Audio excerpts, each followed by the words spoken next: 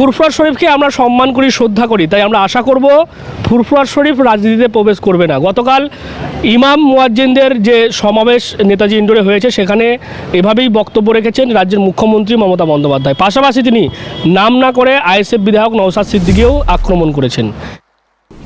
এখন আবার দেখছি বিজেপি কিছু কিছু নেতা, আমি পার্টিগুলোর নাম বলবো না, সংখ্যালঘুদের ভাগাভাগি করবার জন্য কাউকে কাউকে ক্যাশ মানিও তুলে দিচ্ছেন, নিজেদের মধ্যে ভাগাভাগি করবার জন্য, যাতে আখেরে বিজেপির লাভ হয়। আর সিপিএমের লোকগুলোর লজ্জা নেই, তাই বিজেপি সিপিএম কংগ্রেস একসাথে বোর্ড গঠন করে, একসাথে রাজনীতিতে লড়াই করে। এটা তো নতুন কোনো কথা নয়, প্রকাশ্যে সবাই জানেন।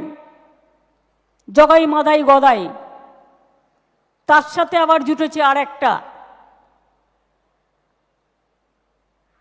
তাকে বড় নেতা করবেন টাকা দিয়ে, আর যত মিথ্যে প্রচার, দাঙ্গা লাগানো, এই সব কাজগুলো করছে। আর কিছু আপনাদের ঘরের ছেলে পেলে, সবাই নয়, দরগার নাম বলে ফুরফুরা শরীফকে আমরা সম্মান করি, শ্রদ্ধা করি। আমি আশা করি তারা কোনো রাজনীতির মধ্যে প্রবেশ করবেন না।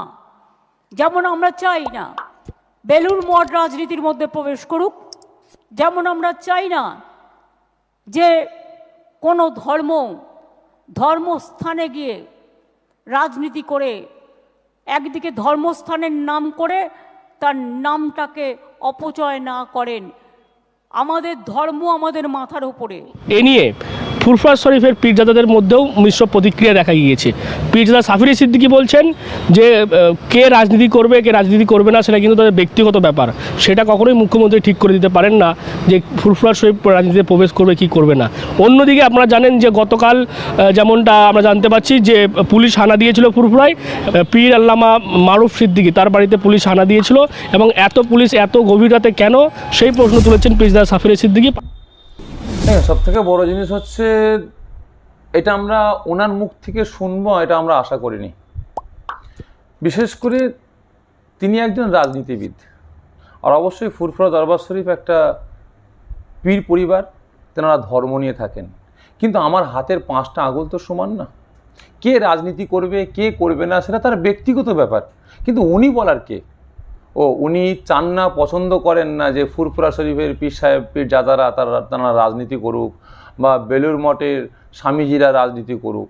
তাহলে উনি চান যে আমরা সকলে দালালি করি, এটাই উনি চান।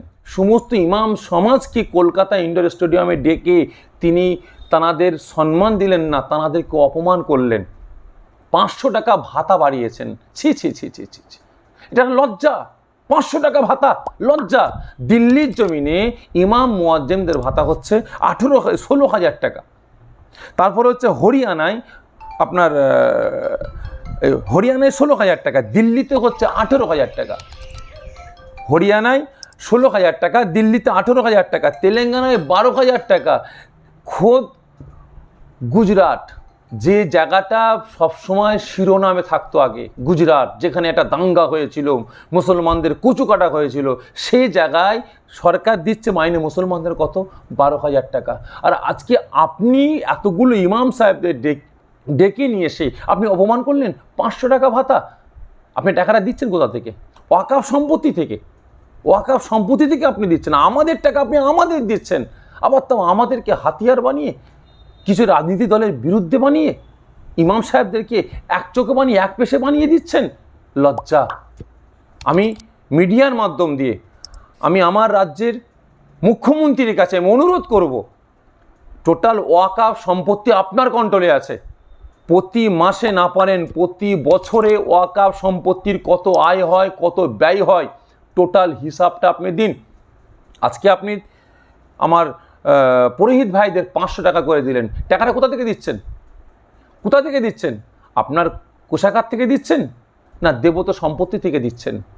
যদি দেবত সম্পত্তি থেকে দেন, তাহলে টোটাল হিন্দু ভাইদের যত দেবত সম্পত্তি আছে টোটাল তার আয় ব্যয় প্রকাশ্যে নিয়ে আসুন, তাহলেই ধরা যাবে কত ধানে কত চাল।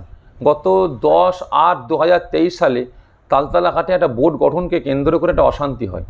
পীর পরিবারের ওপরে হামলা চালায়, পীর সাহেবের মাথা ফাটায়, একজন পীরজাদার কাঁধ ফাটিয়ে দেয় এবং পীর পরিবারের বাড়িতে কাঁদুনি গ্যাস বোম চার্জ করা হয়।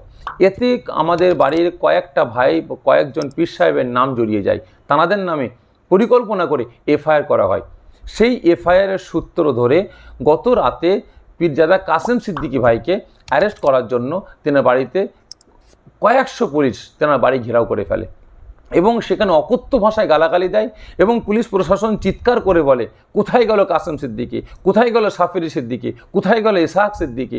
বড় বড় ভাষণ দেয়, বড় বড় কথা বলে, তাদেরকে বেরিয়ে আসতে বলো। ওই সময় কয়েকজন পাশে সব ছিলেন। আমার চাঁদন হুজুর কেবলার দরবারে একজন ছেলে, তিনি থাকতেন খাদেম, মাঝে মাঝে পড়াশোনা করেন এবং মাঝে মাঝে পয়সার জন্য দোকান চালান। তিনি চিল্লাচিল্লি করেছেন, তানাকে মারধর করে পুলিশ অ্যারেস্ট করে কালকে নিয়ে চলে যান। ওই সময় চাঁদান হুজুর কেবলার শরীর অসুস্থ, তিনি কোনো রকমে তার ঘুম ভেঙে গেছে, বাইরে বেরিয়ে আসলেন, পুলিশের কাছে গিয়ে হাজির হলেন যে বাবা, আমার বাড়ির সন্তান ছেলে আমার বাড়ি থাকে, নিরীহ ছেলে, তুমি তাকে কেন ধরলে বাবা, কী অন্যায়টা করেছে? তখন চাঁদান হুজুর কেবলাকে পুলিশ প্রশাসন অকথ্য ভাষায় গালাগালি দিয়েছে, এমন গালাগালি দিয়েছে যেটা আমি আপনাদের প্রকাশ আমি বলতে পারছি না, যেটা আমাদের সহ্যর বাইরে। খুবই কষ্ট দিয়েছিল আমাদেরকে ওই সময়। এই বিষয়ে আগামী পদক্ষেপ আজকে দুপুরে আমরা সকালে বসবো, ইনশাআল্লাহ আমার দুপুরে পরে জানিয়ে দিন আপনাদের।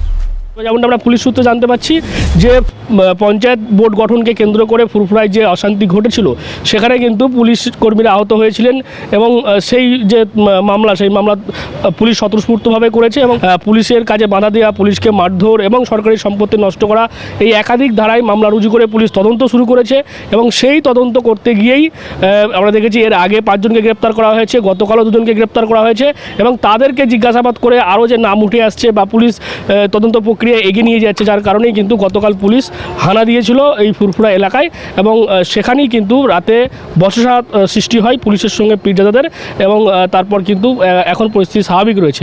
তবে পুলিশের এই বারবার ফুরফুরায় হানা দেওয়াকে কেন্দ্র করে যথেষ্ট কিন্তু চাঞ্চল্য ছড়াচ্ছে। অন্যদিকে মুখ্যমন্ত্রীর মন্তব্যকেও অনেক পীরজাদা তারা কিন্তু সমর্থন করছেন না। আপনারা এই বিষয়ে কী বলবেন কমেন্ট বক্সে। এরকম আরও খবর পেতে নজর রাখবেন ডিএনএন বাংলায়। বাংলার খবর বিশ্বের দরবারে।